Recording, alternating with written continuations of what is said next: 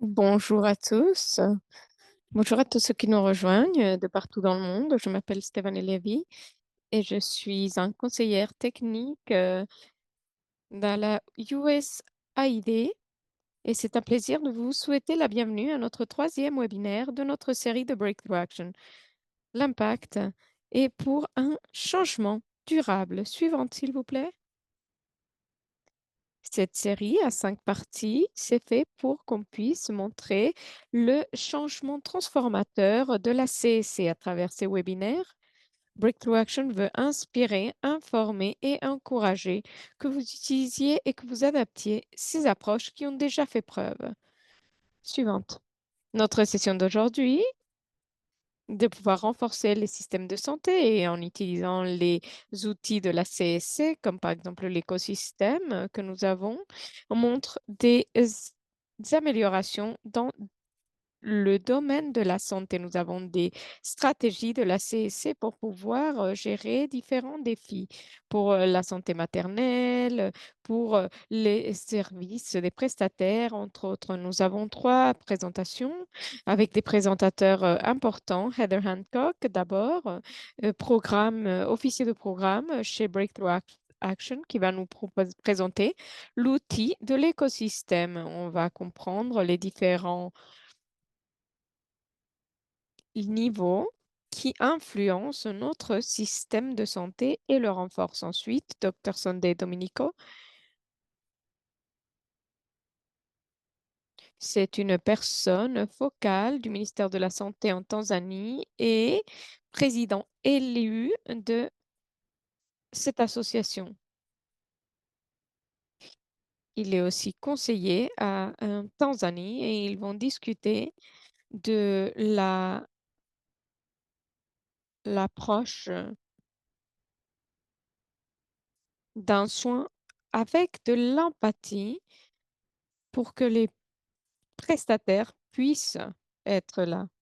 Ensuite, nous allons avoir un conseiller de la paludisme de la RDC qui va nous parler des leçons apprises à travers un outil pour pouvoir identifier les défis et les solutions pour pouvoir améliorer l'analyse critique.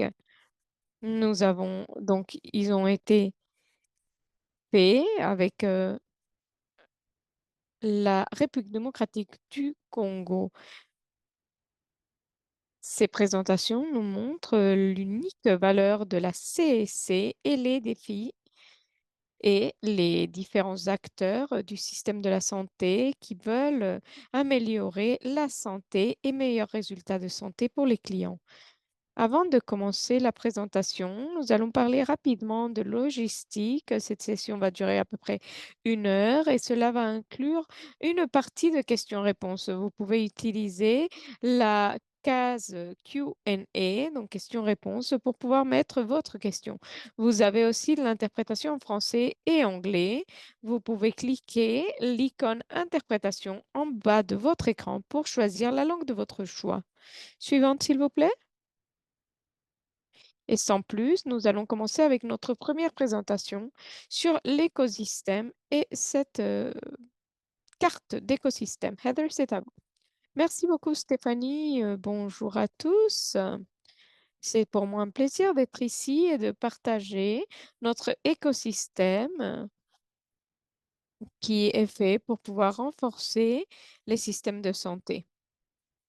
Nous savons que les systèmes de santé sont complexes, mais il s'agit des personnes. Et on comprend cette complexité et on essaie de se focaliser sur les prestataires et on veut savoir comment on peut créer un meilleur écosystème pour eux. Suivante, s'il vous plaît. Nous nous sommes focalisés sur les prestataires parce que ce sont des acteurs critiques dans le système de santé, parce qu'ils ont des interactions typiques et récurrentes avec les différentes personnes. Cela impacte aussi les différents comportements des personnes avec différents produits et comportements. Nous savons qu'il y a une relation bidirectionnelle. Cela impacte aussi les prestataires et leur comportement. Ce sont des personnes, ce sont des êtres humains qui ont des barrières et qui sont facilitateurs de quelques comportements aussi. Suivante. Il y a eu beaucoup de travail avec les prestataires à travers ces dernières années. Donc, pourquoi utiliser cette approche d'écosystème? Les prestataires opèrent dans des systèmes complexes et cela impacte qui ils sont et comment ils agissent. Si nous voulons renforcer les systèmes de santé et améliorer la santé en général, il faut créer des programmes. Il ne suffit pas de s'attaquer à un seul niveau ou facteur. Les prestataires sont des personnes qui sont impactées à différents niveaux, loin de pouvoir, être sous notre contrôle. Il faut donc, créer différentes initiatives et il ne suffit pas, encore une fois, de former ces prestataires pour qu'ils puissent, administrer de la santé. Il faut que ces prestataires ont besoin de leur écosystème pour soutenir la prestation de soins de qualité. Comme outil de réflexion pour aider ces praticiens, il faut comprendre et prendre en compte les divers facteurs qui influencent le comportement des prestataires dans les établissements. Il faut aussi observer, comprendre les facteurs qui sont liés et interagissent les uns avec les autres dans un système. Il faut comprendre qu'il existe un écosystème et il faut qu'on puisse concevoir et mettre en œuvre évaluer des initiatives plus efficaces de soutien. Cette carte représente visuellement l'écosystème du prestataire pour mieux soutenir le prestataire et comprenant ce que leur influence, comme par exemple des différentes initiatives. Et cette carte va complémenter différentes approches et montrer une approche différente. Cela a négligé, par exemple, l'opportunité de pouvoir voir différents secteurs qui influencent le comportement des prestataires. Cela facilite la pensée systémique et la planification. Et cela montre une variété d'approches et de stratégies nécessaires avec différents partenaires pour pouvoir créer cet ensemble dans le système. Cet écosystème a été développé en utilisant une revue de la littérature pour pouvoir identifier les facteurs d'influence, ensuite des entretiens avec des prestataires dans différents pays. Nous avons eu aussi une consultation d'experts, des sessions de co-conception et on a fait des tests dans le monde entier. Suivante, s'il vous plaît. Le produit, c'est une carte interactive qui montre le système complexe là où les prestataires agissent. Nous avons l'individu au centre, nous avons les facteurs d'influence et on va parler de chacun d'entre eux en détail tout à l'heure. Dans le centre de cette carte, nous avons les acteurs ou les entités différentes ou organisations et institutions qui interagissent avec les prestataires à travers ce système. Vous allez noter que les acteurs et les entités sont à des différents niveaux là où ils opèrent, au niveau individuel, interpersonnel, communautaire, organisationnel ou de politique publique. Et ils ont une code couleur pour pouvoir montrer à quel niveau d'influence il se trouve. Comme on l'a mentionné, cette carte est interactive, donc quand on clique sur les acteurs, nous allons avoir une fenêtre qui s'ouvre, qui nous parle plus de cet acteur ou de cette entité et comment il influence le prestataire. Par exemple, ici, nous avons les institutions religieuses, donc ça va parler des différentes croyances et pratiques et même des politiques qui vont être créées à travers ça. Il y a aussi les facteurs d'influence. Vous pouvez les voir à l'intérieur de cette carte. Ce sont des groupes d'éléments qui interagissent ensemble et qui influencent différents niveaux. Vous pouvez voir, il y a le prestataire individuel, les relations personnelles, le client, le contexte communautaire, les normes sociales, l'environnement de travail, la gouvernance du travail, gouvernance du système de santé, le pays et le contexte géopolitique. Suivante, s'il vous plaît. Quand vous faites Quand vous cliquez là-dessus, vous allez voir une Description du facteur. Par exemple, ici, nous avons l'environnement du travail. Ici, comment la personne, la culture et la gouvernance peuvent impacter le prestataire. Suivante. Chaque facteur d'influence se divise dans différents groupes de composantes qui sont divisées en composantes entre elles. Ces groupes et cette composante sont différents éléments qui vont impacter le comportement des prestataires dans n'importe quel environnement. Nous avons le gouvernance et vous pouvez voir les composantes individuelles dans tous les groupes qui influencent les prestataires, comme par exemple la carrière, la ressource, les gestions des ressources et le soutien des différentes structures. Ces différents systèmes sont connectés les uns aux autres parce qu'ils font partie de ces systèmes. Et cela s'appelle les interrelations. Quand on clique sur d'autres composantes, nous allons parler des différentes composantes. Dans l'exemple ici, vous pouvez voir comment la hiérarchie et les dynamiques de travail influencent l'autonomie d'un individu et vont être influencées par la culture plus générale de santé. J'aimerais souligner quelques facteurs à différents niveaux de l'écosystème. On commence au niveau individuel. Nous avons différentes identités, par exemple leurs caractéristiques, leur rôle à la maison, à la communauté, leurs croyances, cela impacte leur comportement. Cela peut conditionner comment ils se voient eux-mêmes et les autres, comment ils interagissent avec les autres, comment les collègues les voient et comment ils se lient ou comment ils agissent avec les autres. Suivant, s'il vous plaît. Au niveau client, le degré de pouvoir qu'un client a va influencer les différentes interactions avec les prestataires. Ceci va impacter aussi la relation avec le client et cela va créer aussi la possibilité de pouvoir partager différentes informations de santé et de partager de l'information en général au niveau de la communauté. Ce sont les sanctions sociales qui vont impacter les différents comportements. Par exemple, un prestataire ne va pas donner des services à un jeune parce qu'ils ont peur des parents ou euh, de recevoir une plainte au niveau de la police. Suivante, s'il vous plaît. Au niveau du travail, les processus et les procédures, comme par exemple de la prise de notes, la prise de rendez-vous, cela peut influencer comment on voit les différentes motivations, la satisfaction de leur travail, l'efficacité, les niveaux de stress et la qualité des interventions. Suivante, s'il vous plaît. Au niveau de la santé, la gestion des ressources va me donner si les prestataires ont toutes les ressources dont ils ont besoin pour pouvoir fournir un service de qualité. Quelle est la motivation, le niveau de santé, le niveau de confiance que les personnes de la communauté ont dans ce service. Cet écosystème a été adapté à différents domaines de la santé et différents travailleurs de la santé.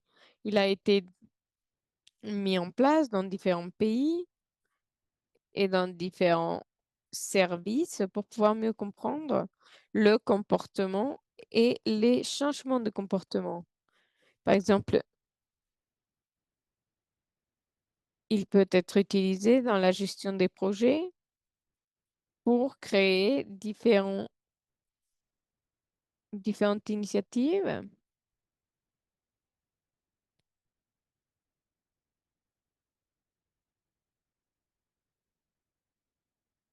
On peut l'utiliser pour pouvoir avoir plus de soutien et plus de ressources pour les prestataires de santé et différentes agences de gouvernement et aussi les bailleurs de fonds aussi.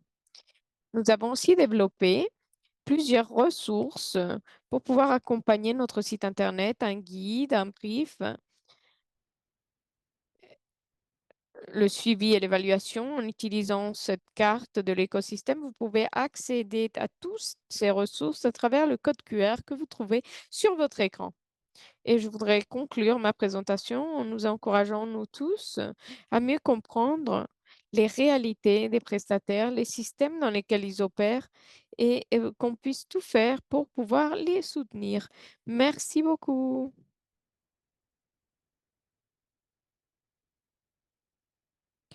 Excellent.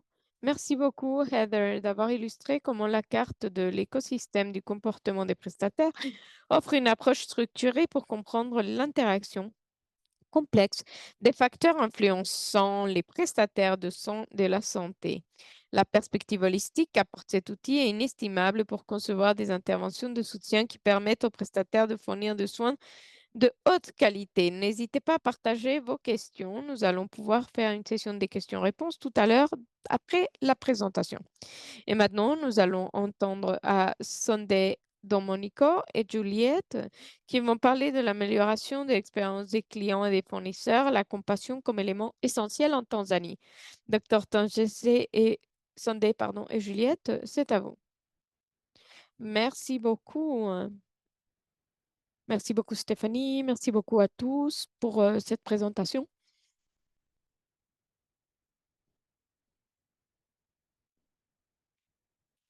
L'empathie et la compassion sont importants pour les professionnels de santé.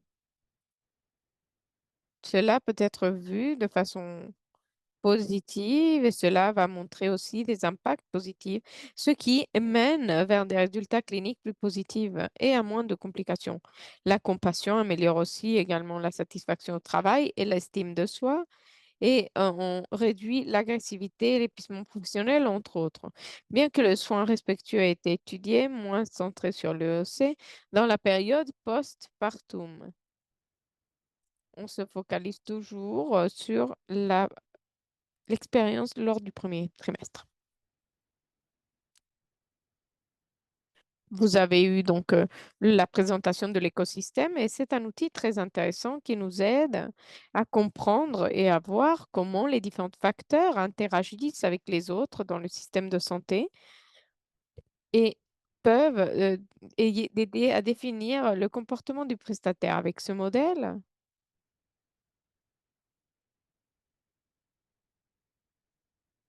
on peut voir comment le design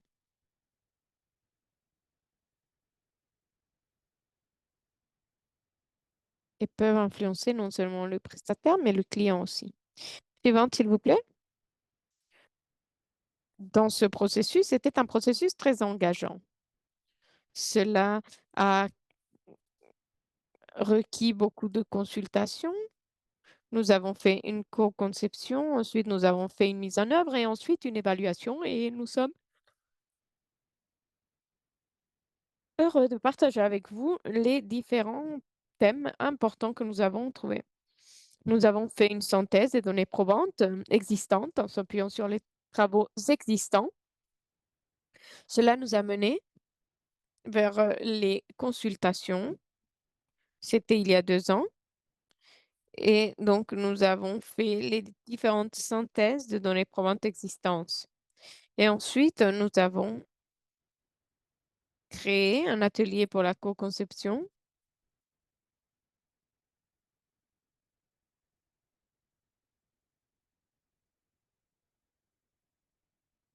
Nous avons mis à tous nos partenaires, nous les avons rangés tous à tous les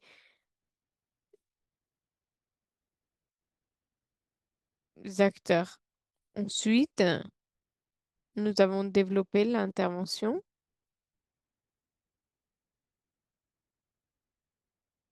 et finalement,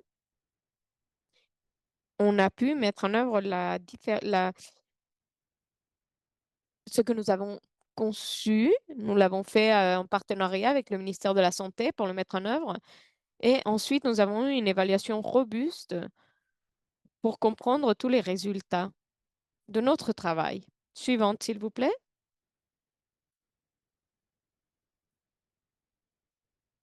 Donc, ce n'était pas une intervention directe. Nous avions 7 points.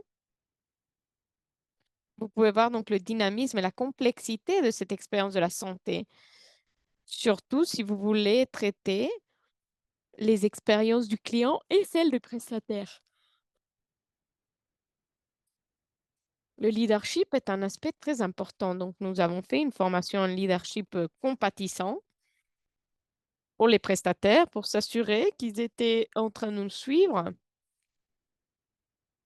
Ensuite, pour la deuxième intervention, nous avons fait des pratiques d'autogestion de la santé pour s'assurer que le prestataire pouvait comprendre et qu'il pouvait s'engager dans le bien-être psychologique. Ensuite, nous avions un système de retour client et c'était un système pour comprendre mieux le client et voir comment on pouvait s'améliorer. Et un point intéressant, c'est que nous voulions nous assurer et motiver aux prestataires de faire mieux.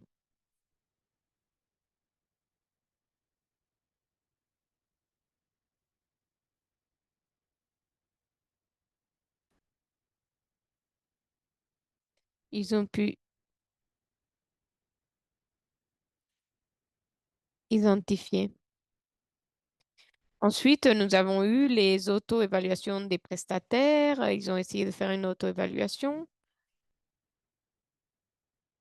Si vous vouliez maintenir ce programme, nous avions aussi un grand processus de mentorat et supervision.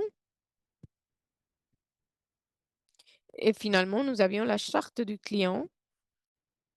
Il fallait décrire rapidement quels étaient les droits et devoirs des prestataires et des clients. Suivante. Vous pouvez voir ici notre théorie du changement en matière de soins compatissants que nous avons utilisée ici. Vous pouvez les outils, les composantes à gauche et les composantes clients à droite. Donc à gauche prestataire, à droite client. Nous nous sommes focalisés sur ce plan. Donc pour les composantes prestataires, à gauche, encore une fois, vous voyez ce qui a été fait pour s'assurer qu'il y ait de l'auto-soin.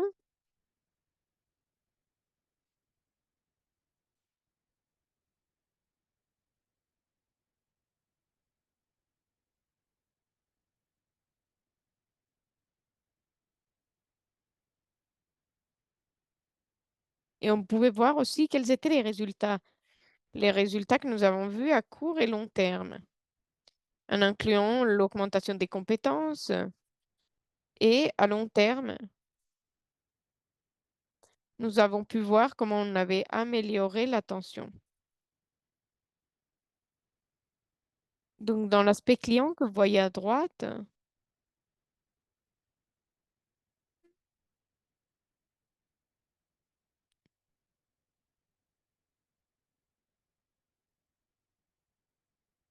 et après ici, nous pouvons voir quels sont les impacts au niveau de clients et de prestataires.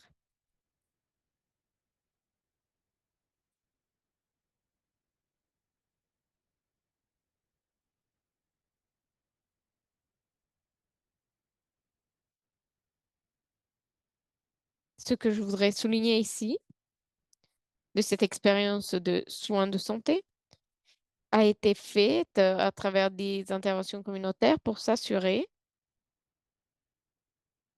que nous prenons en compte les composantes communautaires. Avec différents projets que nous avons faits, nous avons eu des alliés clés dans ce projet. Et maintenant, j'aimerais inviter ma collègue Juliette qui va parler un peu plus de l'objectif de notre recherche et elle parlera davantage là-dessus. Merci. Juliette, c'est à vous.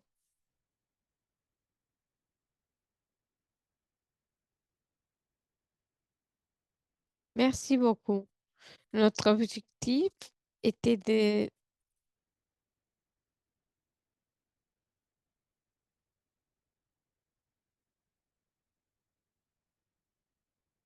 Nous faisons une évaluation pour l'intervention à multiples facettes.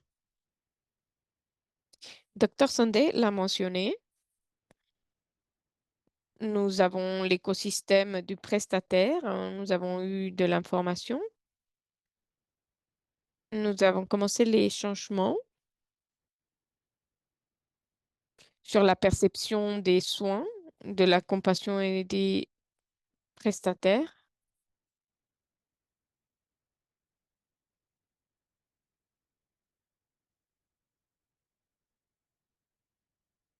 Nous avons commencé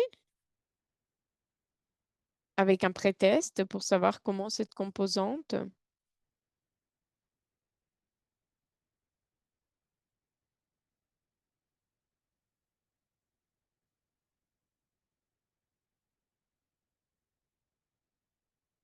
Nous avons ensuite effectué une mini-évaluation en interrogeant à la fois les prestataires et les clients.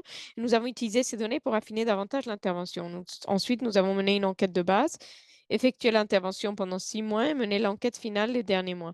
Nous avons, nous avions 3 établissements de santé et d'intervention et 3 centres de contrôle. Nous avons créé ces mesures et nous avons examiné les mesures disponibles en examinant les échelles validées par le partage de biais de Compassion Round.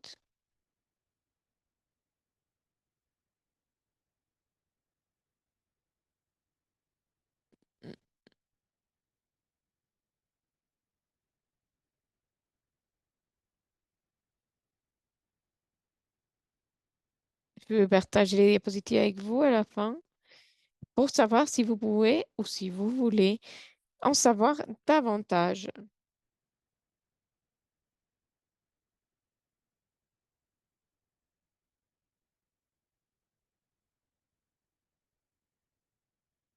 Nous avons inclus différents systèmes pour pouvoir utiliser différentes composantes pour pouvoir voir comment cette intervention a agi à différents niveaux. Suivante, s'il vous plaît.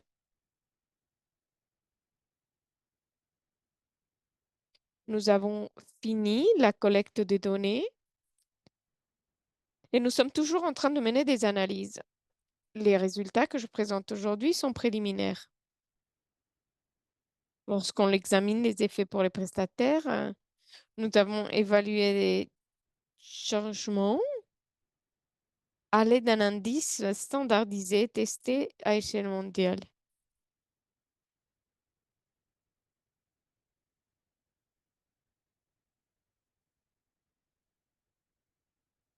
Nous avons découvert qu'il faut examiner la perception des compétences par les prestataires et il faut qu'il y ait le soutien lorsqu'on parle aux patients, le faire parler aux patients avec gentillesse et faire que les choses du point de vue de leurs patients.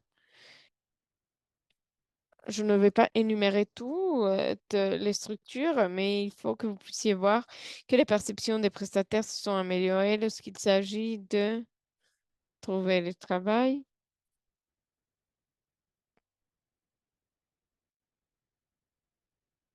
ou qu'ils se sentent bien mentalement pour préserver toujours.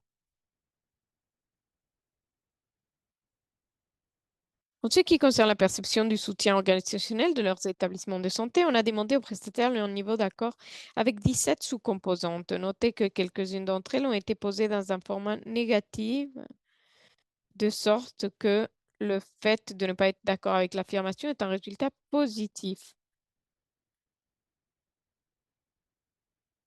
L'établissement veut s'améliorer. De plus, 100% des fournisseurs qui estiment que l'intervention est culturellement acceptable et appropriée et de 92% des prestataires. Et ils veulent continuer à la mise en œuvre. Suivante, s'il vous plaît. Regardez les changements. Maintenant, lorsque nous examinons ces effets, nous constatons, pardon, que les améliorations parmi les fournisseurs semblent s'être traduites par des améliorations dans l'expérience des soins et leurs clients. La moitié au départ et l'autre moyen, pardon,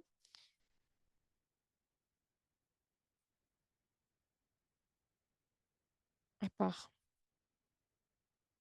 À la fin, les scores d'installation de comparaison n'avaient pas changé de manière significative par rapport au départ. En revanche, les clients qui ont visité les établissements d'intervention à la fin de la ligne ont signalé une expérience de soins considérablement élevée par rapport à la ligne de base.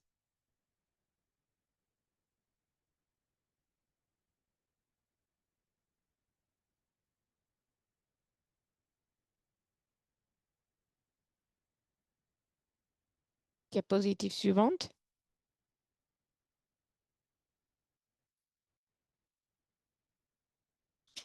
Cette analyse continue d'être effectuée. Les prestataires montrent une amélioration et un soutien pour leur installation. Notre prochain pas pour finir cette analyse.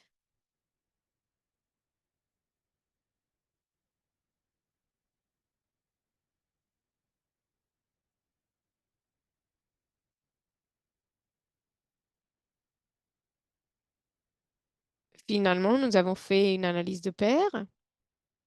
Suivante, cela, on va le voir ensuite. Merci. Finalement, nous voulons aussi souligner l'incroyable partenariat avec de nombreux acteurs en Tanzanie, énumérés ici, y compris l'USAID et le projet USASI STAHA pour un effort véritablement collaboratif. Et voici encore un lien vers l'outil et les ressources avec plus d'informations. Merci beaucoup et c'est à vous maintenant, Stéphanie. Merci beaucoup, Dr. Sandé Juliette, d'avoir souligné l'impact transformateur des interventions axées sur la compassion, sur l'expérience des clients et des fournisseurs. Il est inspirant de voir comment ces outils sont utilisés pour, pour relever les défis et favoriser plus de compassion dans les milieux de soins de santé. Les résultats de l'évaluation préliminaire sont très intéressants et prometteurs et j'ai hâte de voir les résultats finaux lorsqu'ils seront prêts. Encore une fois, pour les participants à notre webinaire, si vous avez des questions, n'hésitez pas à les soumettre dans la session des questions-réponses. Suivante, s'il vous plaît. Dernier point, nous allons écouter Dr Paki et Augustin Dangou qui présenteront les résultats de l'expérimentation d'un outil de prestation de services à la République démocratique du Congo. Ok, merci Stéphanie pour la parole. Bonjour à tout le monde. Nous présentons au nom du groupe qui a participé au développement et au pré-test de l'outil d'analyse d'offres de services, la lutte contre le paludisme et nous sommes très ravis de partager l'expérience de la RDC. Next slide. Les équipes sanitaires ou des zones de santé, les partenaires de mise en œuvre, font toujours face à plusieurs problèmes potentiels liés à l'offre de services. Et ces problèmes sont identifiés lors de la supervision, lors des réunions d'analyse mensuelle des données dans les établissements de soins. Mais ces facteurs sont complexes, d'où la nécessité de l'approche comportementale pour analyser de façon holistique.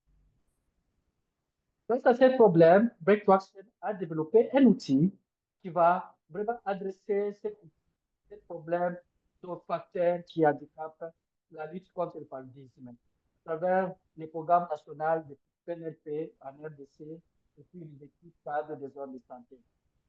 L'outil qui a été conçu conjointement ici a servi vraiment à analyser les données, mais en complément des outils, ce n'est pas pour remplacer ce qui était sur le terrain. Next slide.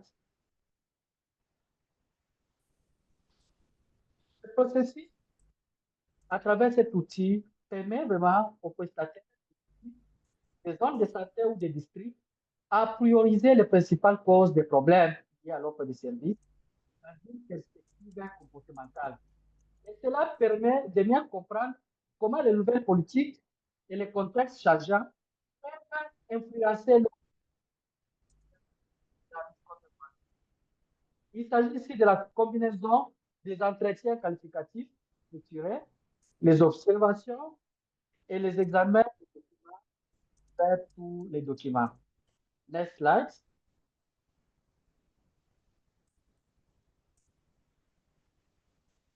Les principaux fondamentaux guident l'utilisation de l'outil pour s'assurer qu'il soutient ce qui est déjà. Il est destiné à dupliquer, mais pas plutôt aussi à faciliter une analyse approfondie pour comprendre pourquoi les choses se produisent ou ne se produisent pas. Next slide.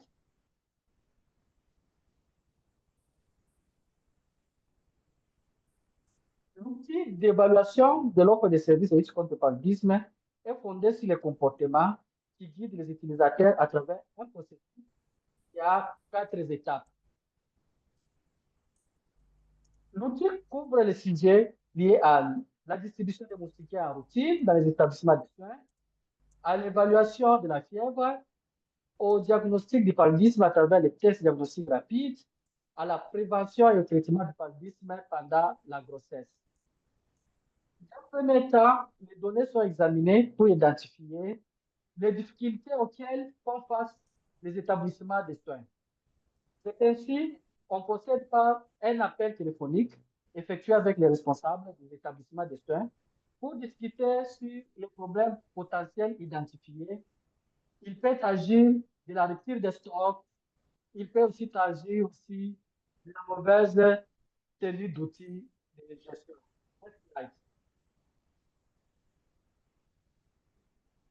L'étape 3, visite d'une demi-journée dans les structures. Et à travers cette étape, il y a des entretiens avec les prestataires combinés à l'analyse des documents vraiment des données de la structure. Différents services à travers cette analyse sont abordés. On peut être au service opératoire, on peut être au service de gestion des données, on peut être au service d'offre de services. Et on vérifie tous les éléments, tous les outils de traçabilité des collectes de données. Next slide. À la fin de la visite sur place, l'outil facilite le processus de validation des observations faites, des problèmes identifiés ensemble avec les parties prenantes et aussi aboutit par la planification ou l'élaboration des plans de redressement pour tous les problèmes, tout en se rendant compte qu'il y aura des problèmes qui vont mériter un autre niveau de mise en œuvre ou d'application. Les résultats sont partagés avec l'ensemble du personnel des établissements de soins et puis avec toutes les parties prenantes. C'est ainsi, on peut par exemple dire les prestataires qui est alloué à la pharmacie ou bien à la gestion peut aussi avoir son plan d'action pour adresser tous les problèmes identifiés. Après plusieurs visites dans les sites, il y a un résumé qui est donné comme un feedback de tous les problèmes identifiés dans la structure.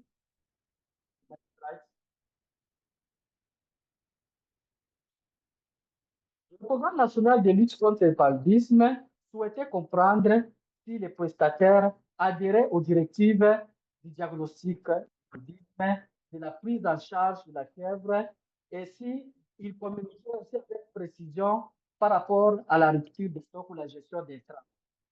Elle voulait aussi chercher à identifier les facteurs comportementaux qui empêchent les établissements de soins à respecter les directives nationales.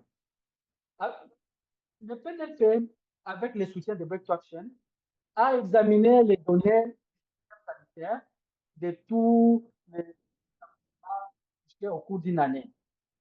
Les défis ont été identifiés dans plusieurs domaines.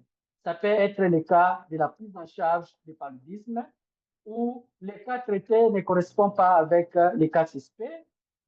La distribution des moustiquaires, le nombre de moustiquaires dépasse le nombre de femmes enceintes qui ont eu à la CPN1. Le paludisme, pendant la grossesse, à la place de la SP, on a soigné, on a donné d'autres intrants. Donc, les problèmes identifiés pouvaient aussi concerner la rupture des stocks qui ne concordaient pas avec les cibles.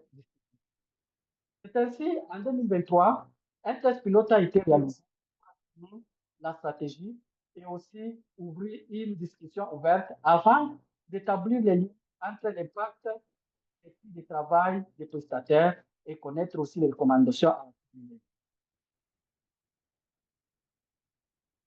Next slide. Donc, chaque établissement avait sa taille, avait sa particularité, mais les noms, à travers les facteurs identifiés, étaient les mêmes. Nous avons découvert les mêmes problèmes liés à la gestion d'intrants, la gestion de la prise en charge liée au problème de diagnostic du paludisme mais aussi les problèmes de tenue des données sanitaires. Chaque visite a révélé les problèmes similaires dans toutes les structures visitées. Next slide. Comme les choses apprises, donc la nature ouverte, structurée de la qualité de l'outil a permis de comprendre aussi avec compréhension approfondie les processus de pratique clinique, l'environnement du travail et la dynamique de l'équipe. Cela a permis de révéler que les goulots d'étranglement, avec une approche multisectorielle, multidisciplinaire, on pouvait comprendre les facteurs qui empêchent le bon déroulement des activités. Donc, l'exploration quantitative et qualitative a permis d'expliquer pourquoi certaines actions ne sont pas prises en compte et qui empêchent aussi le bon déroulement des interventions dans les structures. Donc, l'expérience de la RDC montre que l'outil pouvait être facilité à être utilisé dans d'autres outils parce qu'il permet de ressortir les explications qualitatives que les outils quantitatifs n'arrivaient pas à ressortir. Donc, l'examen des registres pouvait apparaître très long au cours de la journée, mais le projet pilote a démontré que cela pouvait être rapidement fait et ressortir l'écart entre les données rapportées et les données qui ont été prises en compte dans les structures. Next slide. Donc, le projet pilote a révélé que l'outil permet une compréhension plus nuancée des causes sous-jacentes pour la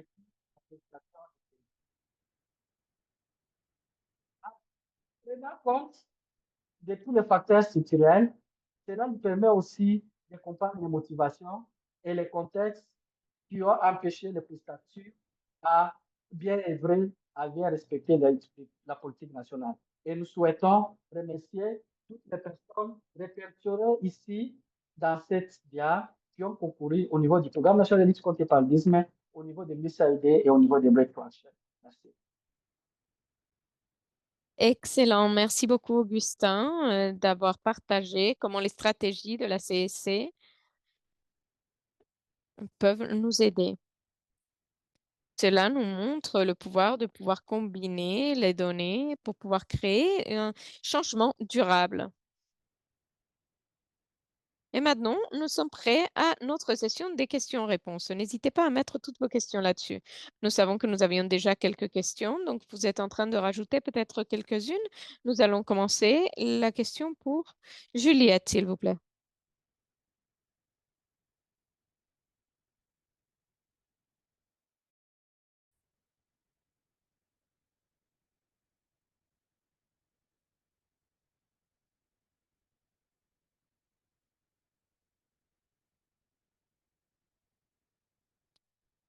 Oui, merci beaucoup. Merci beaucoup. Je vais commencer avec la première question.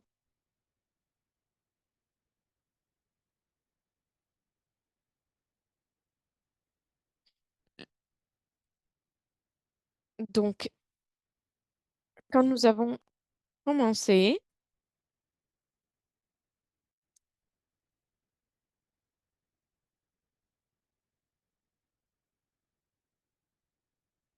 nous avons parlé de différentes visites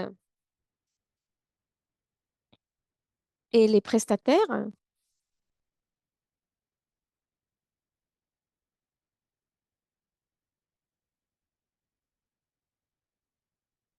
Et c'est le client qui va dire comment ça s'est passé, le service reçu. Ils ont 4 questions avec trois réponses possibles en rouge, vert ou jaune. Et ensuite, ils vont tous, une fois par mois, ouvrir cette boîte à avis. Ils vont compter combien de suggestions vertes.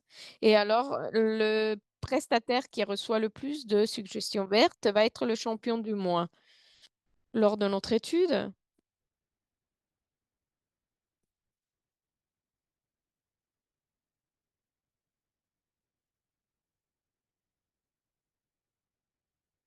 et donc il y en a quelques-uns qui ont beaucoup de suggestions vertes. Par exemple, nous avons des mères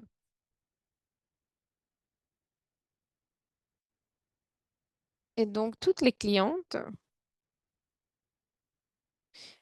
vont recevoir soit des vaccins, soit un suivi, soit un traitement.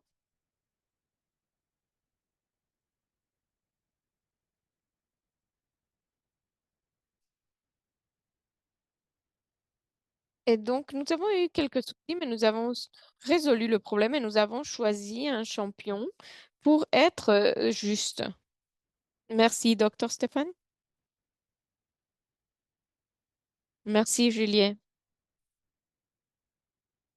Nous allons passer à Augustin. Nous avons une question pour vous et on espère que l'audio va marcher. Est-ce que les prestataires sont ouverts à écouter les retours du client quand ils ont fini de fournir leur service?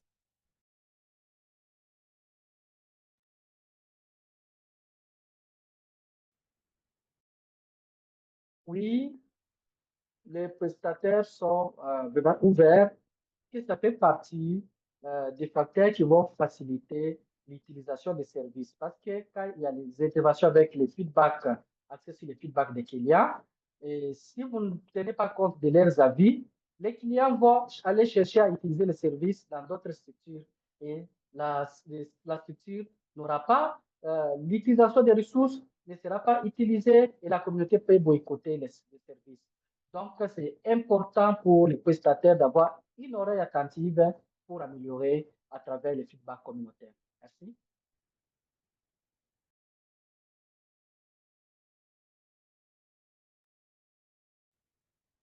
Merci beaucoup. J'essaye de voir quelles sont les autres questions pour que tous les présentateurs puissent avoir une question. Heather, c'est à vous. Est-ce que vous pouvez partager d'autres exemples de comment l'écosystème a été appliqué ou utilisé dans d'autres contextes? Est-ce que vous avez d'autres exemples? Oui, merci beaucoup, Stéphanie. Ce que j'aimerais mentionner, c'est que cette map d'écosystème, cette carte d'écosystème, c'est ce premier pas de réflexion et voir tous les facteurs qui les influencent.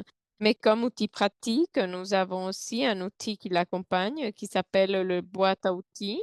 Et cette boîte à outils il permet à tout le monde de pouvoir comprendre quels sont les facteurs qui influencent le comportement des fournisseurs avec les personnes avec qui je suis en train de travailler et comment je priorise pour savoir lesquelles sont les celles qui influencent le plus et comment je développe des solutions avec les fournisseurs, avec les prestataires et les membres de la communauté pour mettre en place les outils que nous avons priorisés.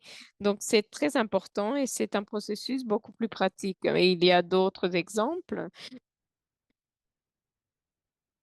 et comme on l'a appliqué dans d'autres pays et non seulement en Tanzanie, nous l'avons utilisé dans un projet en Inde et l'ont utilisé pour leur processus de conception basée sur l'humain, l'individu.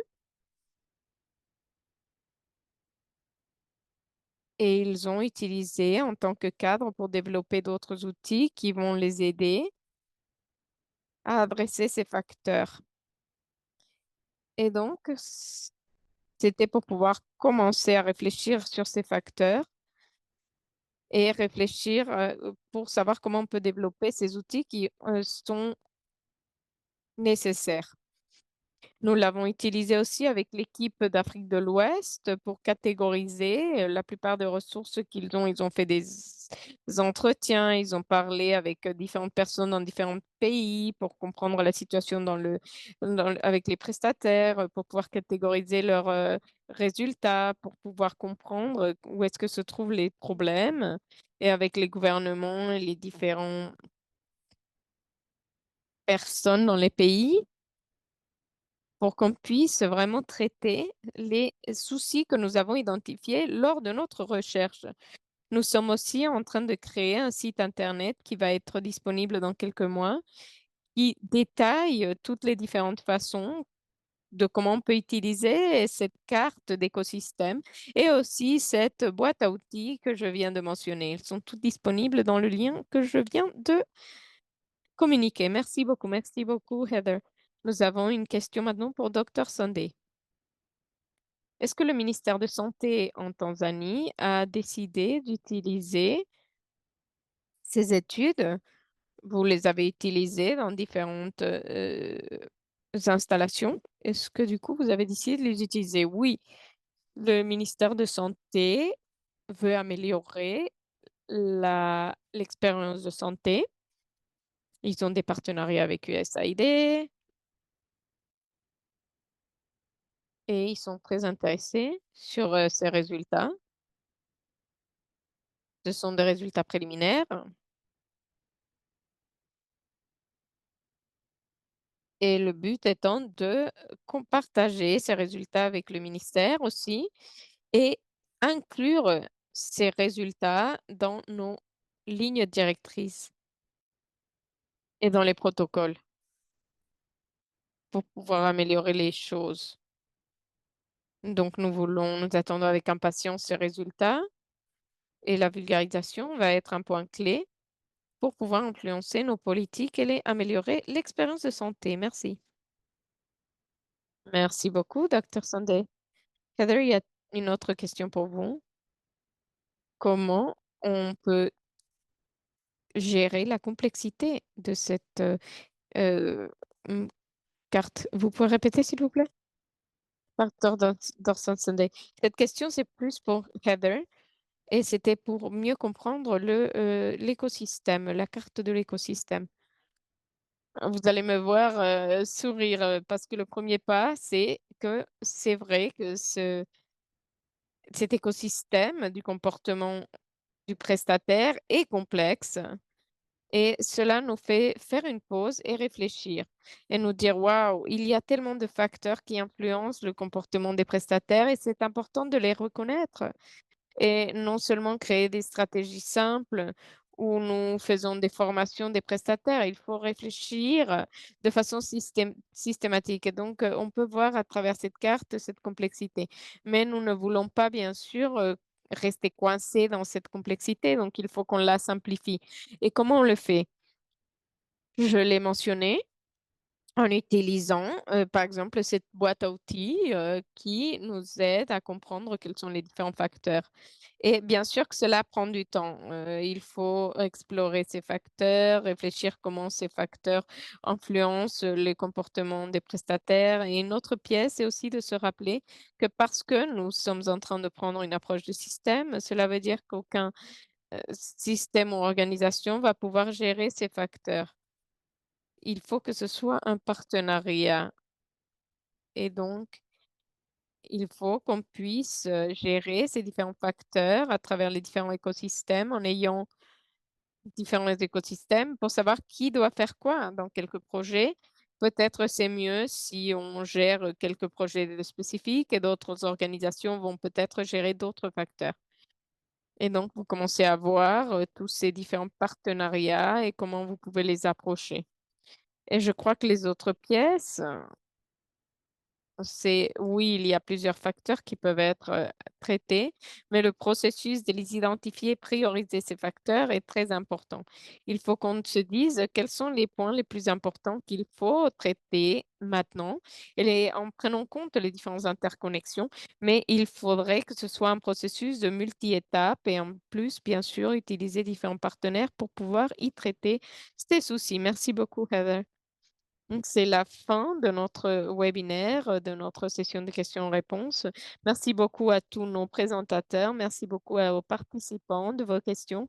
Je sais que nous n'avons pas pu répondre toutes les questions, mais je crois que les questions qui n'ont pas été adressées de vive voix ont été répondues par écrit sur le chat.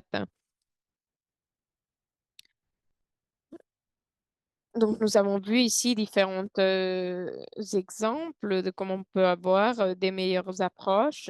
Notre session a souligné comment la CSC peut adresser ou traiter ces soucis systémiques. Merci beaucoup à tous d'avoir participé et avant de partir, s'il vous plaît, remplissez cette enquête, ce sondage, parce que ce sera utile pour nous.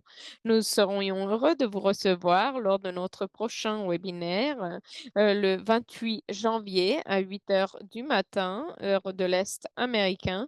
et merci beaucoup, prenez soin de vous et merci beaucoup d'avoir participé aujourd'hui.